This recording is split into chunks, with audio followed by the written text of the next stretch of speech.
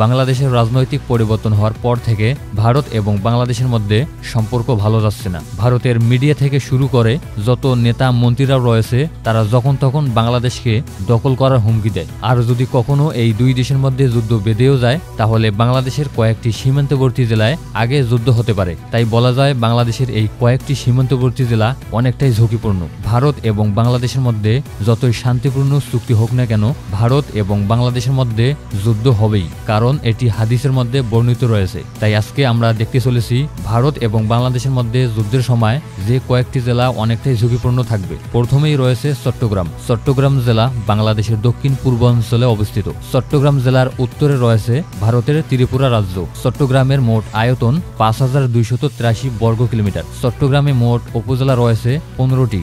আর চট্টগ্রামে মোট জনসংখ্যা হচ্ছে ৯১,৬৯,৪৬৫ জনেরও বেশি। চট্টগ্রামে মুসলিম জনসংখ্যা বসবাস করেন ৮৭.৫৩%, হিন্দু জনসংখ্যা বসবাস করেন ১০.৭২%, বৌদ্ধ ১.৬৩%, খ্রিস্টান ০.৯%। প্রিয় বন্ধুরা, বাংলাদেশের একমাত্র বাণিজ্য রাজধানী বলা হয় চট্টগ্রামকে।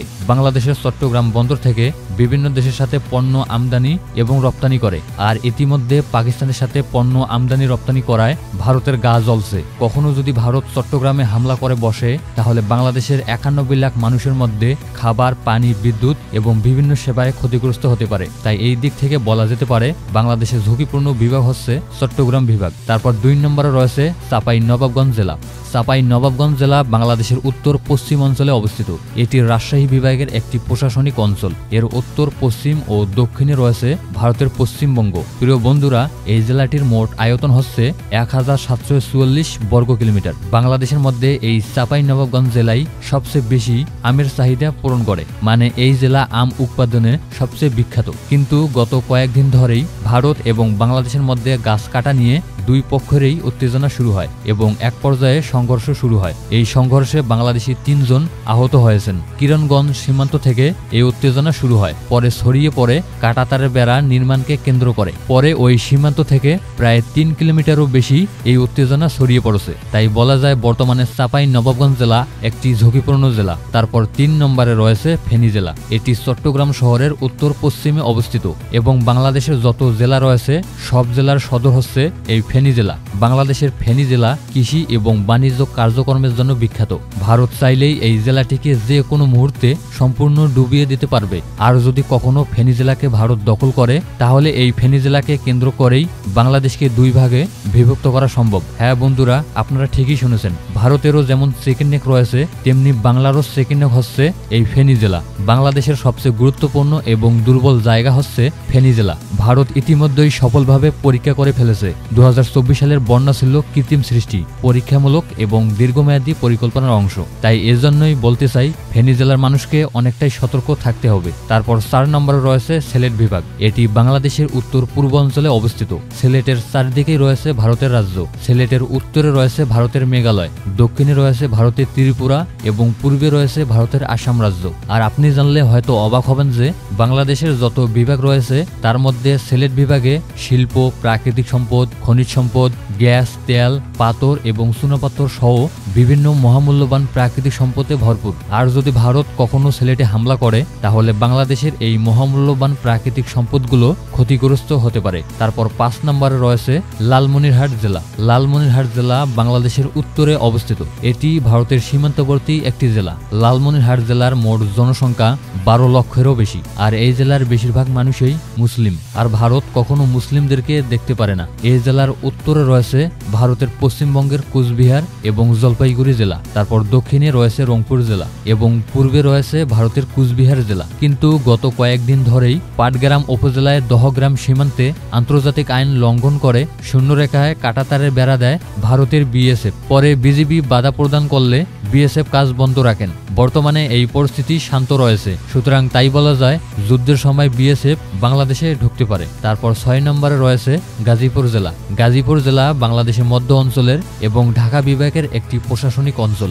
বাংলাদেশের সবচেয়ে বড় সিটি কর্পোরেশন হচ্ছে এই গাজীপুর জেলা। এই জেলার আয়তন ৩৩০ বর্গ কিলোমিটার। আর আপনি জানলে হয়তো অবাক হবেন যে শুধু গাজীপুরের মধ্যেই সারা দেশের শতকরা ৭৫% গার্মেন্ট শিল্প অবস্থিত। আর শুধু তাই নয়, বাংলাদেশের সমরস্ত্র কারখানা এই গাজীপুরেই অবস্থিত। এখানে সেনাবাহিনীর বিভিন্ন ধরনের অস্ত্র এবং গোলাবারুদ উৎপাদন করা হয়। এটি বাংলাদেশের একমাত্র সরকারি প্রতিষ্ঠান।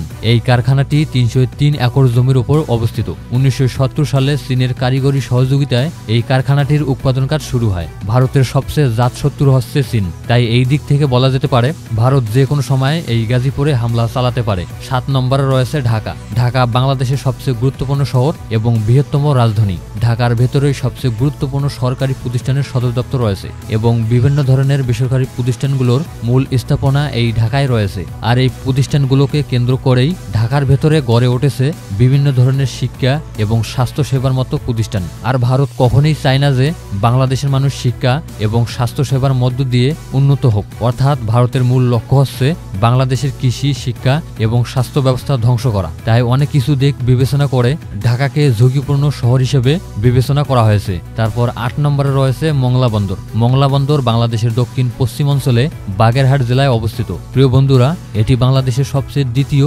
বৃহত্তম সমুদ্র বন্দর। এটি খুলনা শহর থেকে 48 কিলোমিটার দক্ষিণে অবস্থিত।